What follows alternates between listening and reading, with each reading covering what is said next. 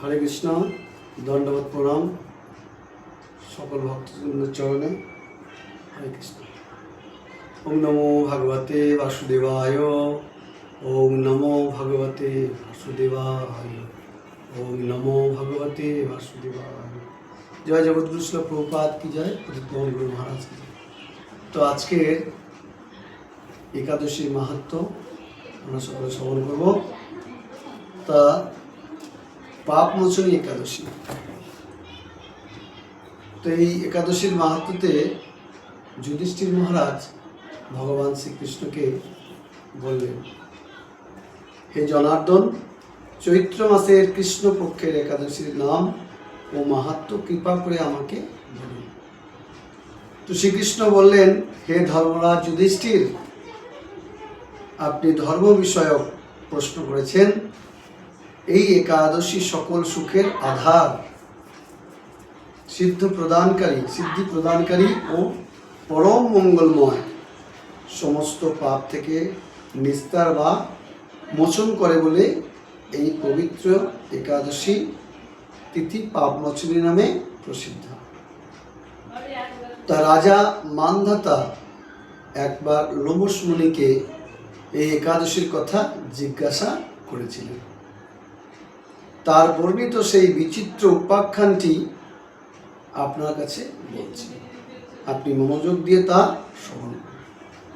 তাই ভগবান শ্রীকৃষ্ণকে যুধিষ্ঠির মহারাজ যখন একাদশীর মাহাত্ম্য কথা জিজ্ঞাসা করেন, তখন তিনি এই পূর্বের এই রাজা মান্ধাতার আর লোমশ মুনির যে কথা তিনি কি বললেন যে প্রাচীনকালে অতি মনোরম চৈত্র রথ পুষ্প উদ্যানে মুনিগণ বহু বছর ধরে তপস্যা করতেন।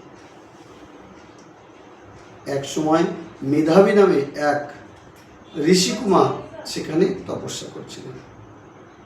মঞ্জুঘোষা নামে এক সুন্দরী অপ্সরা তাকে বশীভূত করতে চাইল, কিন্তু ঋষির অভিশাপের ভয়ে সে আশ্রমের 2 মাইল দূরে অবস্থান করতে লাগল। বীণা বাজিয়ে মধুর স্বরে সে গান করত। একদিন মঞ্জু ঘোষা মেধাবীকে দেখে কাম মানে পীড়িতা হয়ে পড়ে। এদিকে ঋষি মেধাবীও অপ্সরার অনুপম সৌন্দর্য দেখে মুগ্ধ হন। তখন সেই অপ্সরা মুনিকে নানা হাবভাব ও কটাক্ষ দ্বারা বশীভূত করে। ক্রমে কাম পরবশ মুনি সাধন ভজন বিসর্জন দিয়ে তার আরাধ্য দেবকে বিস্মৃত হন।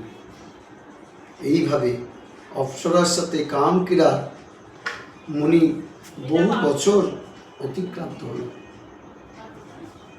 মুনিকে আচারভ্রষ্ট দেখে সেই অপ্সরা দেবলোকে ফিরে যেতে মনস্থ করল। একদিন মঞ্জু ঘোষা মেধাবী মুনিকে বলতে লাগলেন, হে প্রভু, এখন আমাকে নিজ গৃহে ফিরে যাবার অনুমতি প্রদান করুন। কিন্তু মেধাবী বললেন, হে সুন্দরী, তুমি তো এখন সন্ধ্যাকালে আমার কাছে এসেছ, প্রাতঃকাল পর্যন্ত আমার কাছে থেকে যাও। মুনির কথা শুনে অভিশাপ ভয়ে সেই অপ্সরা আরও কয়েক বছর তার সাথে বাস করল। এইভাবে বহু বছর বলতে 55 বছর 9 মাস 7 দিন অতিবাহিত হল। তাও কিন্তু এই সুন্দরী অপ্সরার কাছে থেকে তাও কিন্তু তার এই এত সময় অতিবাহিত হলে তাও কিন্তু সে বুঝতে পারছে। তো এখানে বলা হচ্ছে যে 55 বছর 9 মাস 7 দিন অতিবাহিত হলো। দীর্ঘকাল অপ্সরার সহবাসে থাকলেও মেধাবীর কাছে তা অর্ধরাত্রি বলে মনে হলো। মঞ্জু ঘোষা পুনরায় নিজ স্থানে গমনের প্রার্থনা জানালে মুনি বললেন, এখন প্রাতঃকাল, যতক্ষণ পর্যন্ত না আমি সন্ধ্যা বন্দনা সমাপ্ত করি ততক্ষণ পর্যন্ত তুমি এখানে থাকো। মুনির কথা শুনে ঈষৎ হেসে মঞ্জু ঘোষা তাকে বলল, হে মুনিবর,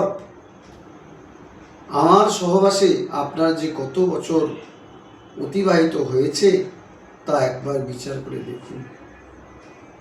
এই কথা শুনে মুনি স্থির হয়ে চিন্তা করে দেখলেন তার 56 বৎসর অতিবাহিত হয়ে গেছে। মুনি তখন মঞ্জু ঘোষার প্রতি ক্রোধ পরবশ হয়ে বললেন, হে পাপিষ্ঠে দুরাচারিণী, তপস্যার ক্ষয়কারিণী, তোমাকে ধিক, তুমি পিচাসী হও। মেধাবীর সাপে অপ্সরার শরীর বিরূপ প্রাপ্ত হল। তখন সে অবনত মস্তকে মুনির কাছে পাপ মোচনের উপায় জিজ্ঞাসা করল। তো মেধাবী বললেন, হে সুন্দরী, চৈত্র মাসের কৃষ্ণপক্ষিয়া পাপ মোচনী একাদশী সর্বপাপ ক্ষয়কারিণী, সেই ব্রত পালনে তোমার পিচাসত্ব দূর হবে। এই পিচাসত্ব দূর হবে। পিতার আশ্রমে ফিরে গিয়ে মেধাবী বললেন, হে পিতা, এক অপ্সরার সঙ্গদোষে আমি মহাপাপ করেছি, এর প্রায়শ্চিত্ত কি তা কৃপা করে আমাকে বলুন। উত্তরে জগন্মুনি বললেন, চৈত্র মাসের কৃষ্ণপক্ষিয়া পাপ মোচনী একাদশী ব্রতের প্রভাবে তোমার পাপ দূর হবে। পিতার উপদেশ শুনে মেধাবী সেই ব্রত ভক্তিভরে পালন করলো, তার সমস্ত পাপ দূর হলো। পুনরায় তিনি তপস্যার ফল লাভ করলেন। মঞ্জু ঘোষাও ওই ব্রত পালনের ফলে পিচাসত্ব থেকে মুক্ত হয়ে দিব্য দেহে স্বর্গে গমন করল। হে মহারাজ, যারা এই পাপ মোচনী একাদশী পালন করেন তাদের পূর্বকৃত সমস্ত পাপই ক্ষয় হয়। এই ব্রত কথা পাঠ ও শ্রবণে সহস্র গোদানের ফল লাভ হয়। তাহলে বোঝা যাচ্ছে যে ভগবান শ্রীকৃষ্ণ বললেন যুধিষ্ঠির মহারাজকে, হে মহারাজ, যারা এই পাপ মোচনী একাদশী পালন করেন তাদের পূর্বকৃত সমস্ত পাপই ক্ষয় হয়। এই ব্রত কথা পাঠ ও শ্রবণে সহস্র গোদানের ফল লাভ হয়। তাহলে বোঝা যাচ্ছে যে এই পাপমোচনী একাদশীর মাহাত্ম্য কতটা গুরুত্বপূর্ণ। কেন? এই একাদশীর ব্রত কথা যদি আমরা শ্রবণ করি বা পাঠ করি তাহলে হাজার হাজার গাভীদানের ফল লাভ হয়। নিতাই গৌর প্রেমানন্দ। হরি হরি।